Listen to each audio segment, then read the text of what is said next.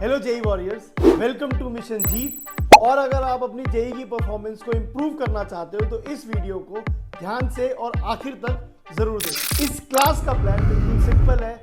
हम लोग इस क्लास में इस चैप्टर के सारे शॉर्ट नोट्स बनाने वाले हैं with all the important formulas and all the important tricks and all the important problems जो हमें एग्जाम के टाइम याद रखने की जरूरत है। आगे टाइम वेस्ट करे बिना let's start with the short notes. Acid base और सॉल्ट्स के डेफिनेशन से आप एसिड को सिंपली क्या समझते हो? एच ए कोई ऐसा इंसान जो H प्लस रिलीज कर रहा होता है। बेस कैसा इंसान?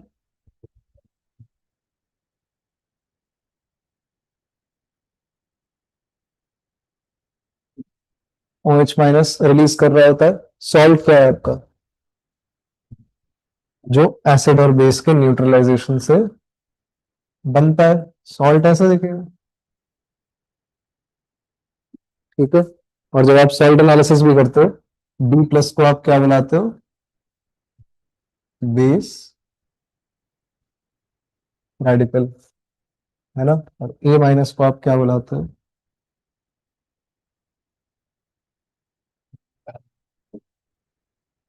तो ये चीजें हैं कुछ, ठीक।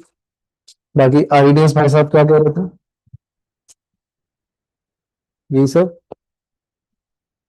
अरेनियस डेफिनेशन में आपका एसिड कौन है, बेस कौन है? एसिड वो है कि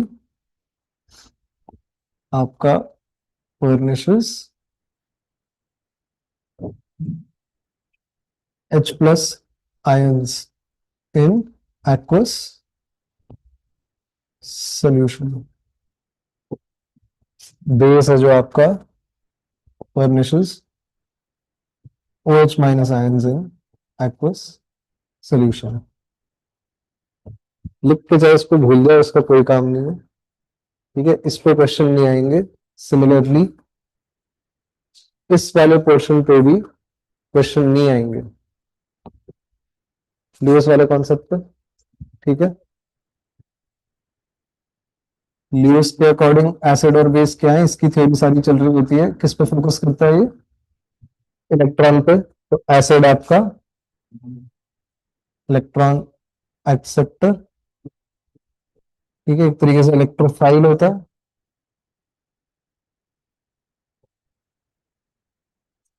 ल्यूइस बेस आपका इलेक्ट्रॉन डोनर, एक तरीके से न्यूक्लियोफाइल होता है। एंड काम की चीज अगर आप देखो, वैसे तो कुछ भी नहीं, मतलब इससे जो फॉर्मेलिटी के लिए जबरदस्ती देना इनको पड़ेगा कि इसमें नाम में एसिड बेस आते हैं।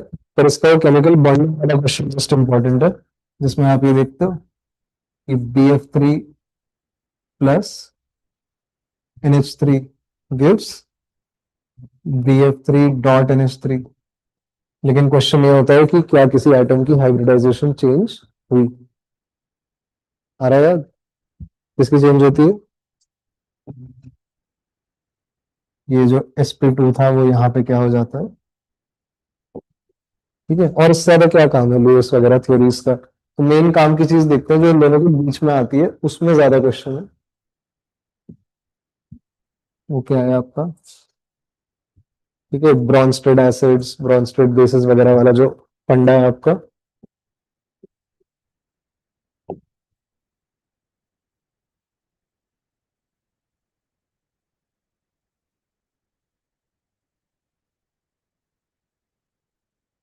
ब्रॉन्स्टेड एसिड क्या है?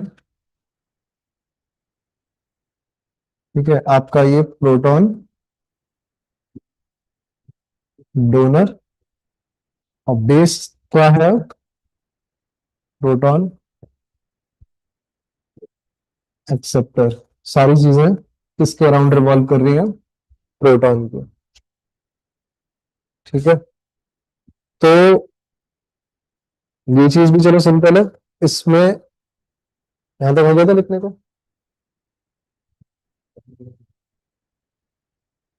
उसको समझा रहे हैं, उस पर थोड़ा और टाइम स्पेंड करेंगे, बाकी ऊपर का क्लियर था। ठीक है यहाँ तक। तो ये बेसिक से ये क्वेश्चन ही देख लो, सब कुछ क्लियर हो जाता है। ठीक है, प्रोटॉन का क्या है, H प्लस ना जस्ट। तो अब कह रहा है what will be conjugate basis for following branched acids. अब ये है कि किसी भी एसिड में से अगर आप H प्लस निकाल दो तो उस एसिड से कॉरेस्पॉन्डिंग आपको क्या मिल जाता है, उसका कॉन्जुगेट बेस। और उसको बेस क्यों बुला रहे हैं, क्योंकि वो H प्लस एक्सेप्ट करके वापस इधर आता है इस रास्ते, रिवर्स जो है। ठीक है, ये चीज है। तो ये क्वेश्चन में अगर आ रहा है कि कॉन्जुगेट बेसिस बताया एसिड्स के, तो आपको करना क्या है, एसिड को जस्ट एसिड की तरह बिहेव करवा दो, H प्लस उसको लूज करने दो, तो फटाफट आंसर समझ आ रहा है। इसका क्या है कॉन्जुगेट बेस, इसका क्या है, ठीक है, दोनों हाइड्रोजन एक साथ मत उड़ाना, इसका क्या हो जाएगा, इस तरह से है जिस चीजें। ठीक है, सिमिलरली अगर किसी बेस का कॉन्जुगेट एसिड पूछा तो according to this theory base कौन है जो H प्लस एक्सेप्ट कर सकता है, तो बेस को बेस की तरह बिहेव करवा दो। ठीक है, तो क्या बन रहा है आपके आंसर्स, यहां से बनेगा NH3 H प्लस खा के NH3 क्या बन जाएगा। ठीक है, और इसका क्या हो जाएगा कॉन्जुगेट एसिड, हो पा रहा है। लास्टली ये कुछ चीजें ऐसी हैं जो दो है, ठीक है, उनको क्या बुलाते हैं, एम्फी, बताओ, एम्फोटेरिक, एम्फोटेरिक मत बोलना, एम्फी प्रोटिक। ठीक है, प्रोटॉन के टर्म्स में जहां सारा का सारा फोकस आपका प्रोटॉन पे है, जो इंसान दोनों काम कर सकता है, प्रोटॉन दे भी सकता है ले भी सकता है, उसको हम बुलाएंगे एम्फी प्रोटिक। ठीक है,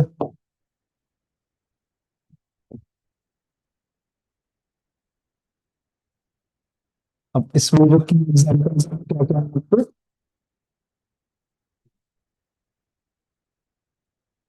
वाटर, NH3, फिर ये जो सारे बाई वाले आपके सारे होते हैं, by carbon, by sulphate, by sulphide, कुछ भी बनाते जाओ। तो इस तरीके से एक एग्जांपल उठा लेते हैं, जस्ट लेट से HCO3 माइनस। तो ये बीच वाले होते हैं एम्फी प्रोटेक है।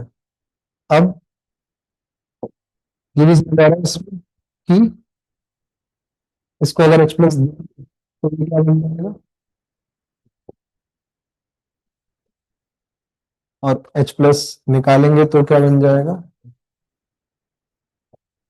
सिमिलरली बाकी सबके लिए भी समझ आ रहा है काम, इसका क्या बन जाएगा, इसका यहां से नीचे में क्या है, ऊपर में क्या है। ठीक है, नाम सबके क्लियर है, हाइड्रोनियम, हाइड्रोक्साइड, अमोनियम, अमाइड। ठीक है, तो क्लियर है फंडा। ऊपर वाली जो टॉप रो में लिखा भी क्या है सारे, दीज आर ओनली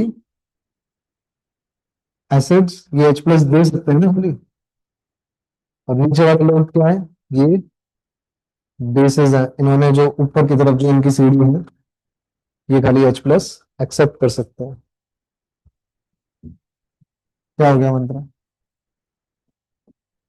क्या सोच रहे हो बताओ, कुछ डाउट है तो बताओ। क्लियर है बिल्कुल। लास्टली लुईस डेफिनेशन पे ये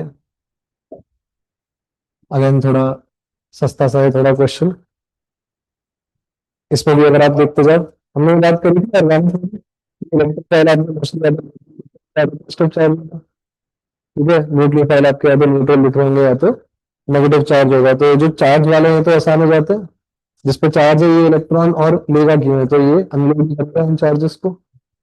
तो ये नेगेटिव नेगेटिव वाले ये हो गए अपने लुईस बेसिस, पॉजिटिव वाला हो गया अपना एसिड। न्यूट्रल वाले पे स्टॉप पे ध्यान लगाना है, लुईस एसिड जो है उस पर क्या दिखाई देगा, खाली कटोरा, और जो लुईस बेस होगा उस पर दिखाई देगा लोन पेयर ऑफ इलेक्ट्रॉन्स। इस चीज का ध्यान रखना है, और बस कुछ वो स्पेशल सिचुएशंस ना, इस तरह से जैसे क्वेश्चन नहीं आता था, ये वाला जो आता था आपका ऑर्गेनिक में, कि क्या ये एरोमेटिक है, ऐसा सा नहीं बनता था कुछ।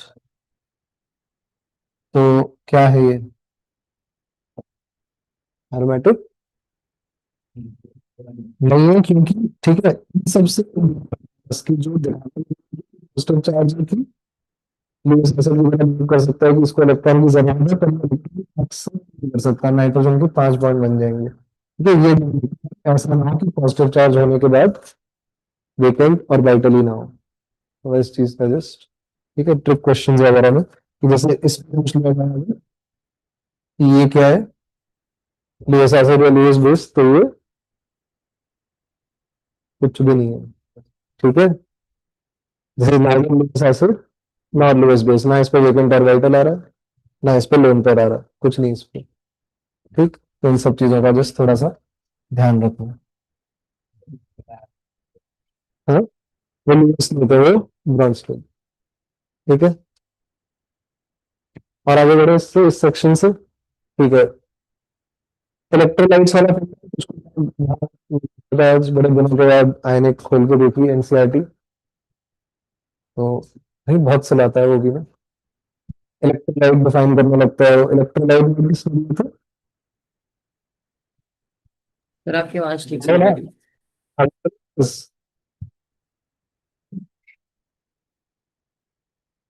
अभी बेटर है ना। ये सर थोड़ी ब्रेक होने लग रही थी। सर बहुत ब्रेक हो रही है आपकी आवाज बीच बीच में। जैकेट का इशू है मेरे को लग रहा है। ठीक है, बताना दोबारा जब, ठीक है बिल्कुल नहीं समझ आ रहा हो अगर तो। ठीक है, ये सिचुएशन इलेक्ट्रोलाइट्स यार, फैराडे ने बोला, अभी इलेक्ट्रोकेमिस्ट्री में भी आज देखने पड़ेंगे, वो लिखेंगे फैराडेज लॉज। ठीक है, तो वो चीज है, एंड इलेक्ट्रोलाइट में इसलिए बुला रहा था क्योंकि जो चीज पानी में जाके खुल के आयंस प्रोड्यूस कर रहे थे, फिर वो उसका सोल्यूशन इलेक्ट्रिसिटी कंडक्ट भी कर रहा था। अब नॉन इलेक्ट्रोलाइट है जो नहीं खुल पा रहा, इस तरीके से इसमें भी फर्दर स्ट्रॉन्ग और वीक इलेक्ट्रोलाइट्स है। उसका भी किताब में अगर देखो तो डिस्टिंक्शन क्या दे रखा है, कितने पे स्ट्रॉन्ग बोल रहे हैं, कितने पे वीक बोल रहे हैं। 5% वाला शायद क्राइटेरिया दे रखा है कि डिग्री ऑफ डिसोसिएशन 5% से कम हो रहा है तो वीक इलेक्ट्रोलाइट हो जा रहा है, बहुत ज्यादा हो रहा है तो स्ट्रॉन्ग इलेक्ट्रोलाइट हो जा रहा है, तो इस तरीके से। ठीक है, अब काम की चीज क्या है apart from all these discussions, कि एक तो वीक एसिड के लिए ना ये सारा काम करना आना चाहिए।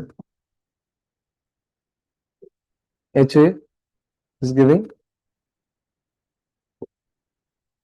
एच प्लस प्लस ए माइनस, पहले क्या करते हैं सिंपल रखने के लिए इसको 1 के टर्म्स में लिखते जाते हैं, 1 - अल्फा, तो फिर ये अल्फा और अल्फा सारे कोएफिशिएंट ये 1 थे अभी, तो फिर सी से मल्टीप्लाई करते जाते हैं सब कुछ।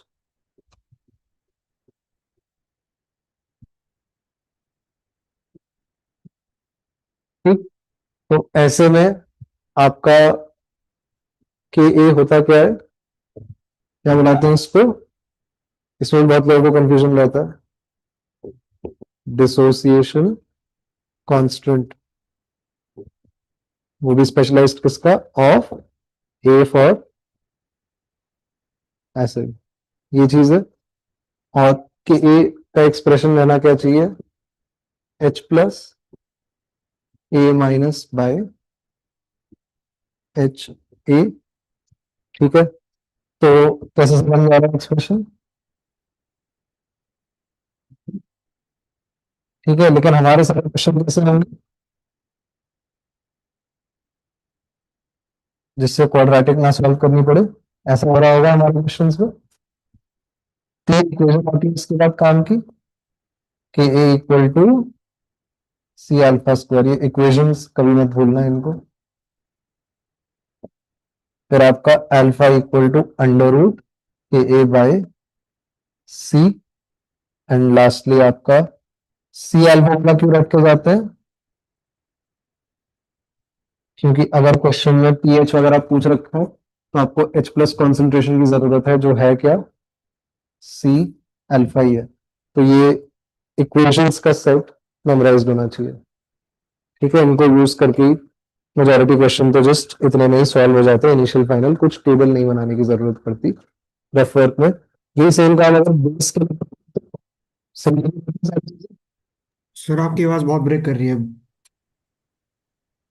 ठीक है, रुको, सेल शायद या तो वीक हो इसके। अच्छा, क्लास के स्टार्टिंग में तो नहीं था ऐसा? तब भी था थोड़ा बहुत।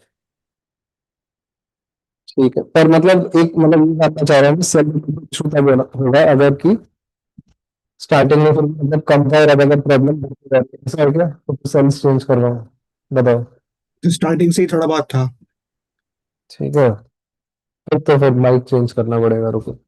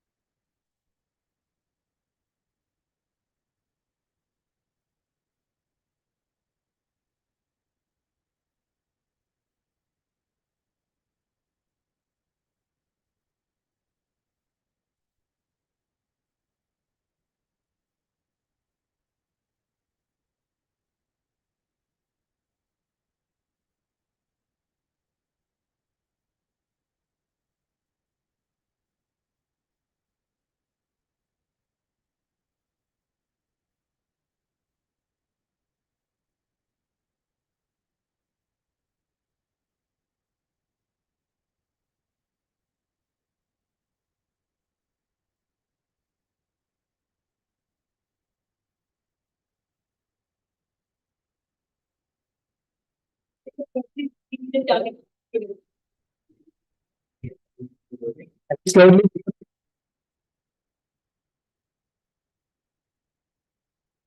कोई चेंज है आवाज में? Yes sir, continue. तो समझ तो बार बार बीच में तो हो नहीं पाता ना, एक ही बार अभी भी इसको। ब्रेकिंग हो ही रही है। माइक का इशू है फिर तो।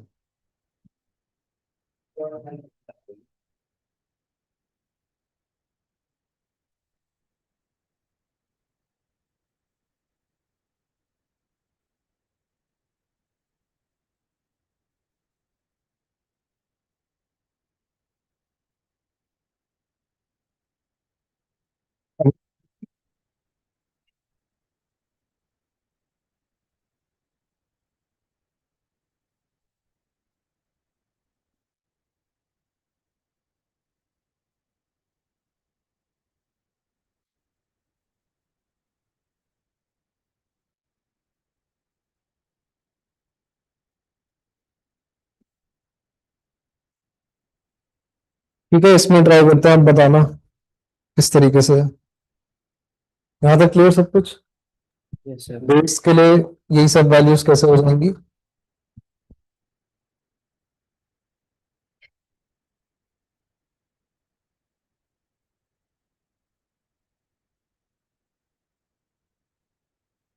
ठीक है, तो रहेगा तो सब कुछ समझ में। ठीक है, आपका बस यहाँ पे क्यूब भी आ जाएगा, बाकी सब कुछ सेम ही। वाटर के डिसोसिएशन तो कैसा रहता है? वो पूरा चलो रहने दो। वाटर के लिए इक्वेशन कैसे लिखती है? H plus O H minus. अब इसमें क्या फंक्शन बनता है स्पेशलाइज्ड अपना? इनकी वैल्यूज क्या आ रही होती हैं एट रूम टेम्परेचर? ठीक है, के डब्ल्यू जो कि आपका क्या है simply H plus into O H minus, इसकी वैल्यू आ रही होती है।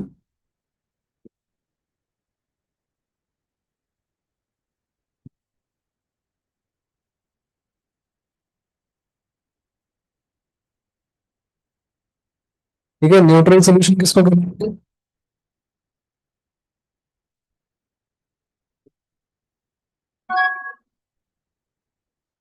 ठीक है, सब वगैरह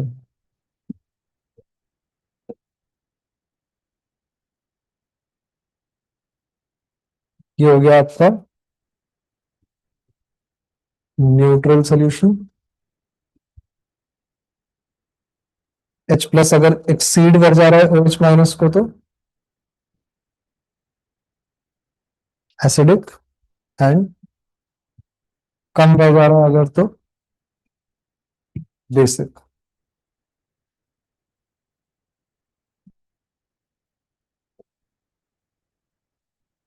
ठीक है, एक तो रहा आपका इतना पोर्शन ये।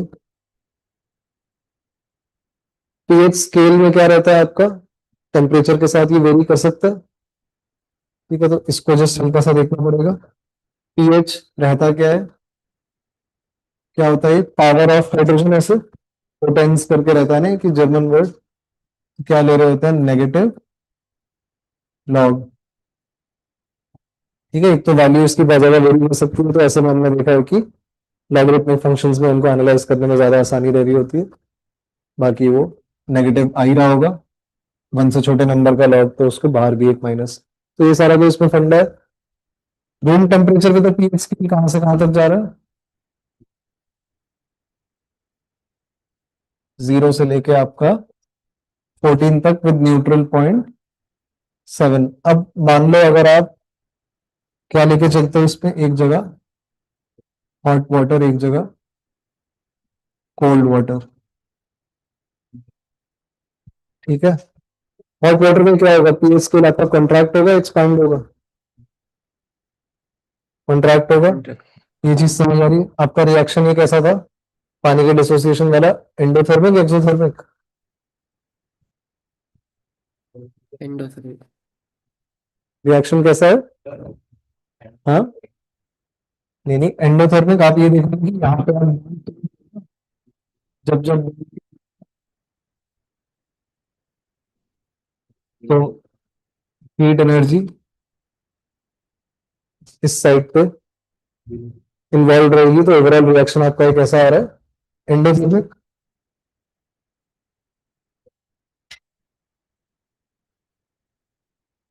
ठीक है।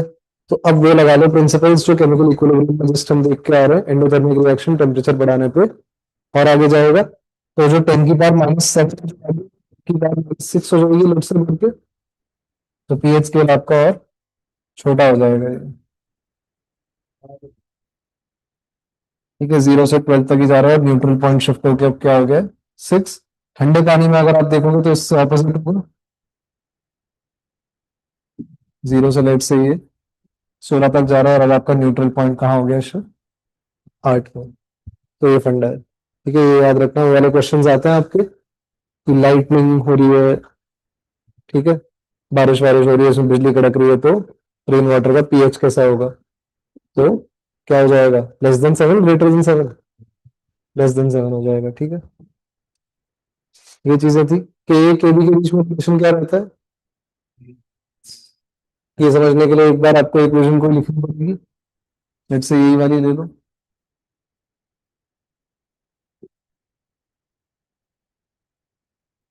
तो इस रिएक्शन के लिए क्या है, के ए इक्वल टू ये चीज,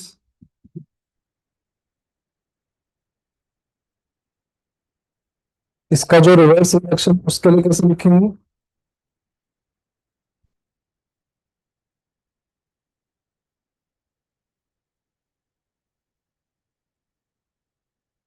ये भी आ रहा है समझ।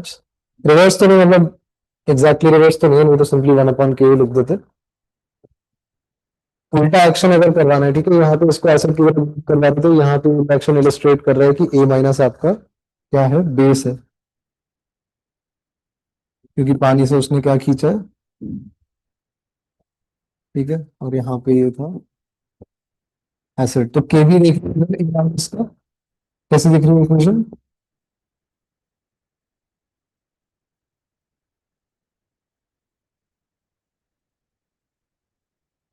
ठीक है, ये चीज। और दोनों इक्वेशन अगर आप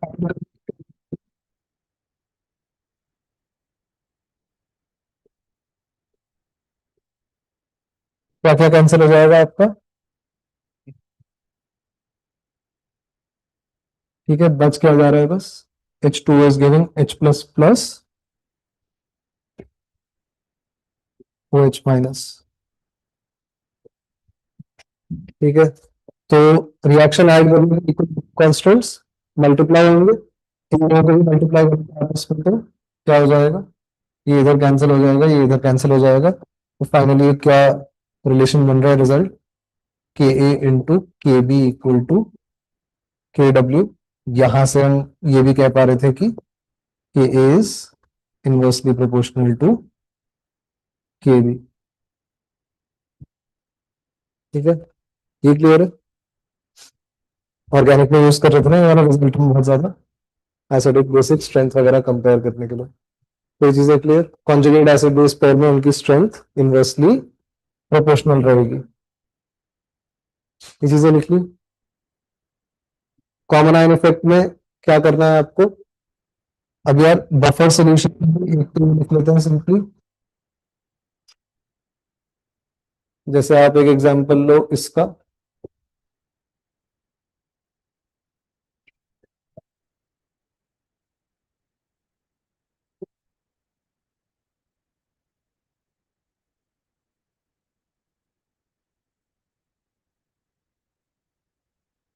ये दिख रहा है।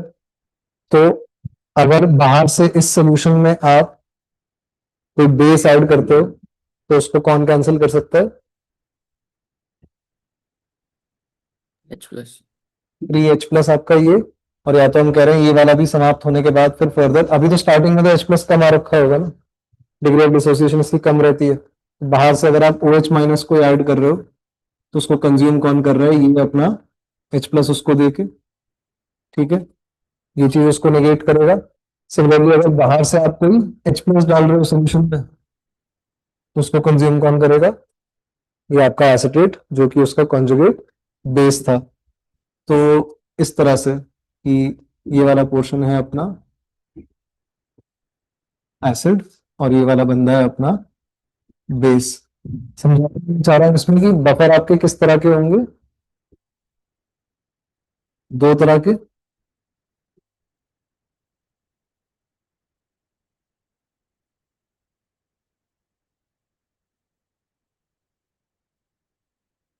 ठीक है, तो एसिडिक बफर आपका बनता है किसकी मदद से?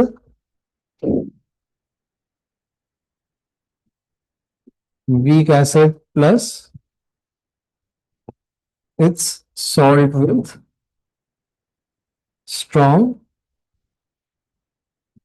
बेस। ठीक है, तो वीक एसिड इसलिए चाहिए बिकॉज अगर आप स्ट्रॉन्ग एसिड ले लेते हैं यहाँ पे तो फिर ये ऐसे, ठीक है, ये डायरेक्शनली स्ट्रेट एरो हो जाता है आपका और यहाँ पे बनता। तो आपका स्ट्रॉन्ग एसिड के केस में ये तो रह नहीं जाता ना सोल्यूशन में एसिड, आपके पास खाली क्या रहता? ये इंसान, ठीक है, जो कि वो भी बेस खराब है, वो भी H+ एक्सेप्ट करके अपने अनडिसोसिएटेड फॉर्म में वापस आता नहीं। तो एक तो इसका रोल समझ आ रहा है कि वीक एसिड जिसमें आपको ये दोनों पोर्शन एक साथ मिल सकते हैं, ठीक है। उसमें भी ये है कि वीक एसिड जस्ट सेल्फ तो डिग्री डिसोसिएशन काफी कम होता है, तो ये वाला पोर्शन तो ज्यादा मात्रा में एग्जिस्ट करेगा लेकिन ये वाला पोर्शन बहुत कम एग्जिस्ट करेगा। तो इस वाले को आर्टिफिशियली लाने के लिए हम क्या कर रहे हैं? उसका सॉल्ट बना ले रहे हैं स्ट्रॉन्ग बेस के साथ। वो भी स्ट्रॉन्ग बेस ही क्यों? बिकॉज लेट से अगर आपका सॉल्ट है सोडियम एसिटेट, तो सोडियम हमने देखा है हार्मलेस है आपका एज अ बेस रेडिकल पानी में, वो हाइड्रोलिसिस नहीं करता है, पानी से तोड़ तोड़ के OH- नहीं डिमांड करेगा। तो ये सेटअप समझ आ रहा है इसका इस तरीके से। सिमिलरली बेसिक बफर आपका वीक बेस प्लस उसका सॉल्ट विद स्ट्रॉन्ग एसिड, ठीक है। तो एक तो डेफिनेशन क्लियर है इसकी एंड एक बेसिक आइडिया इसमें। दूसरी चीज इससे आपका कॉमन आयन इफेक्ट का भी थोड़ा सा प्रैक्टिस हो जाए। एक केस के लिए अगर थोड़ा एंडरसन इक्वेशन हम डिराइव करें तो कॉमन आयन इफेक्ट का भी आपको स्टैंडर्ड फंडा समझ आ जाएगा। तो इसके लिए भी जस्ट लेट से एक डेटा सेट ले लेते हैं आपका कि लेट से CH3COH आप पे जो वीक एसिड है, ठीक है, एंड इसके मान लो आप पे एक्स अमाउंट प्रेजेंट है।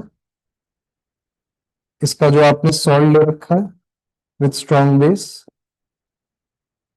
इसका लेट से आप पे वाई अमाउंट प्रेजेंट है। ऑल्सो इन दोनों में स्ट्रॉन्ग इलेक्ट्रोलाइट कौन है, वीक इलेक्ट्रोलाइट कौन है? ये स्ट्रॉन्ग इलेक्ट्रोलाइट है, ये आपका वीक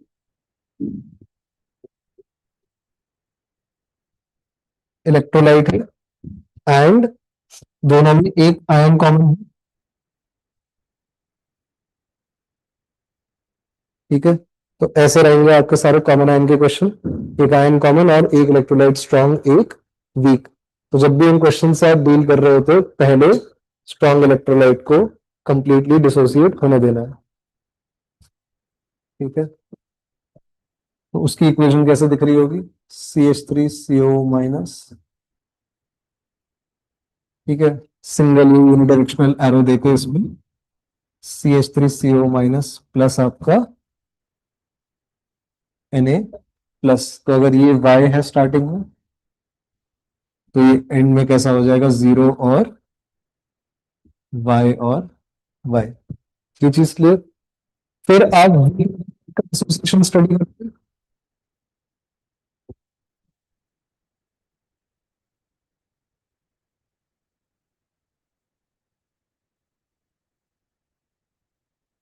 नॉर्मली क्या करते हो, इसको लेट से आप इनिशियल अमाउंट अगर x ले रहे हो तो आप ये 0 और 0 लेते हो, और कॉमन आयन वाले क्वेश्चन में आपको ये वैल्यू पुट करके लानी पड़ेगी, स्ट्रॉन्ग इलेक्ट्रोलाइट जो फर्निश कर रहा है, ठीक है। तो यहाँ पे डायरेक्टली क्या वैल्यू रखनी पड़ेगी, y।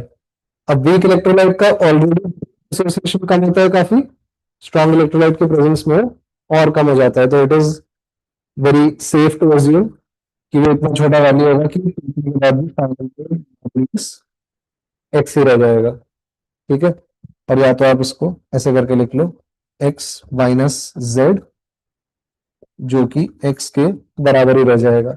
ये बनेगा y प्लस जेड, जो प्रिटी मच y के बराबर ही रह जाएगा। और यहाँ पे क्या आ रहा है, z आपका। तो अब इस बेसिस पे इस इक्वेशन में अगर इसका के ए यूज करते हैं, विच इज, ठीक है, आपका y इंटू जेड, या तो ऐसे कर लो,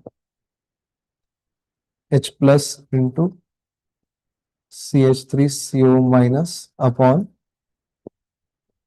CH3COH, तो विच इंप्लाइज H प्लस को अगर एक तरफ रख के उसका आप नेगेटिव लॉग लोगे तो बनेगा PH, राइट। दूसरी तरफ क्या होगा, कि ये होगा, ये इधर जाके न्यूमरेटर में आएगा, ये इधर में डिनोमिनेटर में आएगा। दूसरी तरफ के का भी क्या बन जाएगा, ठीक है। और बाकी जो आपका नेगेटिव लॉग होगा, न्यूमरेटर एसिड होगा, डिनोमिनेटर सॉल्ट होगा, ठीक है। लेकिन नेगेटिव लॉग को अगर आप ऐसे पॉजिटिव तो क्या आ जाएगा, न्यूमरेटर में सॉल्ट आ जाएगा और पलट जाएगा, और डिनोमिनेटर में एसिड रह जाएगा। तो ये आपका,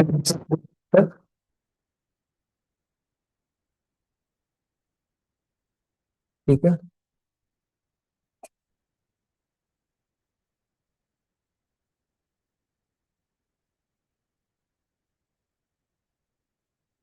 तो एक फॉर्म इसका ये है। सिमिलरली बेसिक बफर के लिए कैसे लिखेंगे,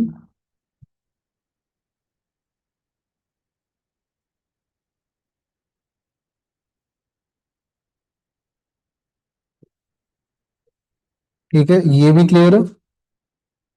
एंड बस ध्यान रखना इसमें व्हाइल डीलिंग में नीचे वाली इक्वेशन कि आपका पीएच दिया रहा है डायरेक्टली, पीएच आ रहा है। अगर पीएच मांग रहा है क्वेश्चन तो प्लीज उसको 14 में से सब्ट्रैक्ट कर लेना।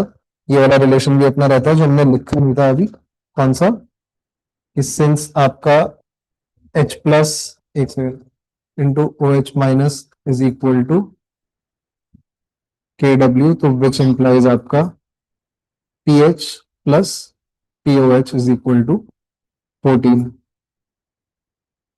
इस वाली इक्वेशन में नेगेटिव लॉग लेने से दोनों साइड पे ये हो जाता है। क्या चीज रेडी, कहाँ पे, हाँ,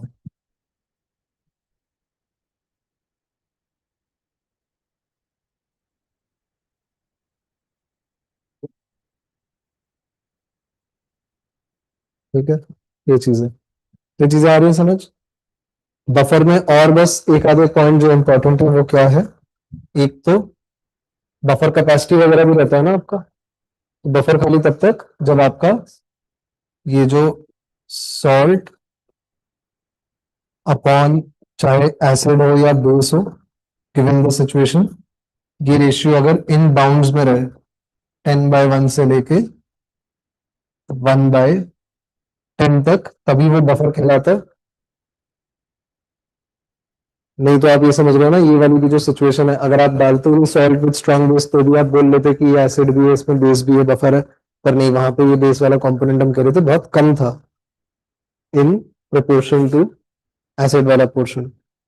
तो यही है कि वो उसको इनरिच करना, सॉल्ट आर्टिफिशियली। तो एक ये हमको स्टैंडर्ड फिर भी मेंटेन करके रखना है कि एक इंसान दूसरे के मुकाबले 10 गुना से ज्यादा ना हो। एंड कुल मिला के तो यही है कि बाहर से अगर आप कोई बेस डाल रहे हो तो जस्ट हो क्या रहा था, एसिटिक एसिड कन्वर्ट हो जा रहा था इनटू एसिटेट, और इसको नलिफाई कर दे रहा था, तो पीएच चेंज नहीं हुआ। और बाहर से अगर आप एसिड डाल रहे हो तो एसिटेट कन्वर्ट हो रहा है एसिटिक एसिड में, इसको नलिफाई कर दे रहा है जिससे पीएच चेंज ना हो। तो जो भी सॉल्ट और एसिड बेस है ये आपस में बस इनका रेशियो कम ज्यादा होता रहता है, H प्लस OH माइनस का अमाउंट ये बढ़ने नहीं देता। ठीक है, तो इस तरह से ये चीज। दूसरा इसमें ये है कि वैल्यू का मैटर करता है क्वेश्चंस में, क्योंकि आप रेशियो लो लेते हो तो कॉन्सेंट्रेशन के बजाय आप मोल्स में सॉल्व कर दो तो सही आंसर आ जाता है। ये सारी चीजें बफर कैपेसिटी इस बेसिस पे हम क्या कह रहे थे कि pH is equal to, let say अगर एसिडिक बफर है तो पी के ए प्लस माइनस 1। ये बात समझ आ रही? एक बार अगर आप लॉग 1/10 लो और एक बार लॉग 10/1 लो, तो एक बार -1 आएगा, एक बार +1 आएगा, तो दो यूनिट का जो रेंज है के ए के अराउंड उसमें बफर एग्जिस्ट कर पाता है। ठीक है, सारी चीजें। सॉल्ट हाइड्रोलिसिस की बस इक्वेशंस आखिरी देख लेते हैं, बाकी केएसपी वाला क्वेश्चन मतलब जो उस तरह से प्रायोरिटाइज करना चाह रहा हूँ कि इलेक्ट्रोकेमिस्ट्री में भी सिंस टाइम देना है। सॉल्ट हाइड्रोलिसिस की इक्वेशन लिखवा देते हैं केएसपी। ठीक है, इसको देख लेते हैं। जो सॉल्ट हाइड्रोलिसिस में कितने तरह के सॉल्ट्स हैं? तो सर आपने ऊपर कंडीशन से लिखी है अल्फा लेस देन 1 वाली। हाँ, अल्फा। अल्फा को जब हम इग्नोर कर देते हैं ना 1 के कंपैरिजन में, तो हाँ, कंडीशन होती है वो नहीं लिखी आप। वो नहीं लिखी। इसके क्वेश्चन में मॉडल ऐसा आप मान सकते हो कि अल्फा मच लेस देन 1 है। ठीक है, ठीक है अभी तो सर। देखो शॉर्ट नोट्स है ना, है तो ये इतना बड़ा चैप्टर है, इसको आप सोचो कितना ही कंडेंस कर लोगे इसके। लिख लो। देखो आदित्य कह रहा है ब्लड जो होता है इज अ बफर ऑफ, वो कह रहा है ये भी लिखवा दो। किस चीज का होता है? ठीक है, ये आएगा क्वेश्चंस में, ये चीज रट के जाना है। ठीक है, CO2 डिजॉल्व रहता है ब्लड में, तो वो कार्बोनिक एसिड और बाइकार्बोनेट के बीच में वो चेंज होते रहते हैं। OH माइनस आएगा तो ये इसको यहाँ ले जाएगा, और H प्लस आएगा बाहर से तो वो इसको यहाँ ले जाएगा। और क्या कह रहे हो बताओ?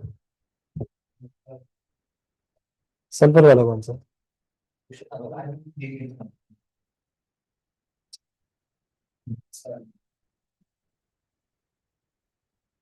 ठीक है, H2S के बेसिस पे होगा तो ज्यादा से ज्यादा, और क्या है।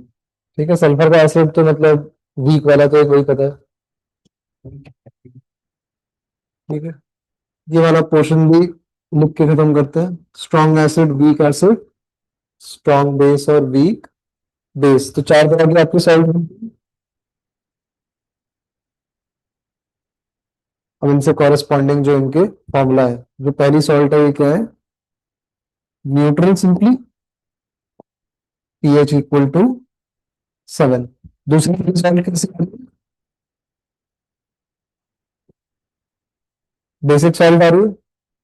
एग्जाम्पल भी अगर एक दिमाग में, CH3CO माइनस Na+, ऐसे केस में आपका pH 7 से कम होगा, 7 से ज्यादा, 7 प्लस करके हाफ। और ये जिस वीक एसिड का जिसका ये पोर्शन है CH3COH का, उससे कॉरेस्पॉन्डिंग के वाला डेटा गिवन होगा, वो कैसा आएगा? pKa। और plus log C, where C is concentration of that salt itself। ठीक है, इसका concentration C है। ठीक, ऐसे ही अगर आप देखो तीसरा सॉल्ट कैसा है? एसिडिक सॉल्ट आएगा। ठीक है, इसका एग्जांपल अगर लें तो आपका, एक सेकेंड, हाँ, NH4Cl, ठीक है, इसका pH इज 7 से कम, और NH4OH का क्या गिवन होगा क्वेश्चन में, Kb, और सॉल्ट का क्या गिवन होगा, कॉन्सेंट्रेशन। ठीक है, तो इस तरह से फॉर्मूला याद करने की ट्रिक्स बताई थी। ठीक है, ये लास्ट वाला जो था जिसको मिस्ट्री सॉल्ट बुला रहे थे ऐसे, उस समय हम दोबारा चाहे लिख लो, इसमें pH 7, एंड एक एग्जांपल भी ले लो, let's say CH3CO minus NH4 positive. तो जो CH3COH से कॉरेस्पॉन्ड है कि A, लेकिन ये इंसान करके आ रहा है पानी से H+ खींच के H- रिलीज कर दे रहा है, ये pH बढ़ा रहा है, तो जो K वाला पोर्शन है वो ऐड हो रहा होगा। ठीक है, pH ऊपर बढ़ा रहा है, और इससे जो Kb वाला पोर्शन है वो उल्टा उससे डिक्रीज कर रहा है, और यहाँ पे इंडिपेंडेंट हो जाता है ये to the concentration of the salt itself. इसका जो कॉन्सेंट्रेशन जो भी है सी, वैसे तो क्वेश्चन में हो सकता है दे ही नहीं रखा होगा। ठीक है, उसका कोई काम नहीं पड़ता है, उसका एक्सप्रेशन इंडिपेंडेंट हो जाता है। तो ये सारी चीजें क्लियर। ठीक है, यही सारे इंपॉर्टेंट ये जो फॉर्मूला थे आयनिक के भी ये हो गए। बच्चों, शॉर्ट नोट्स आर डन। अगर वीडियो हेल्पफुल लगा तो लाइक जरूर कर देना, और अगर इन शॉर्ट नोट्स का एप्लीकेशन सीखना चाहते हो तो PYQ का वीडियो आपको मिल जाएगा डिस्क्रिप्शन में, उसको जरूर देखना। अगला चैप्टर हम लोग ये वाला डिस्कस करेंगे, और इसके शॉर्ट नोट्स का सेशन इस डेट पे आएगा, तो अपने कैलेंडर्स को मार्क कर लो, और अगर चैनल पे नए हो तो सब्सक्राइब करना मत भूलना। Keep pushing yourself, don't give up, and let's meet in the next class. Go for Jeet.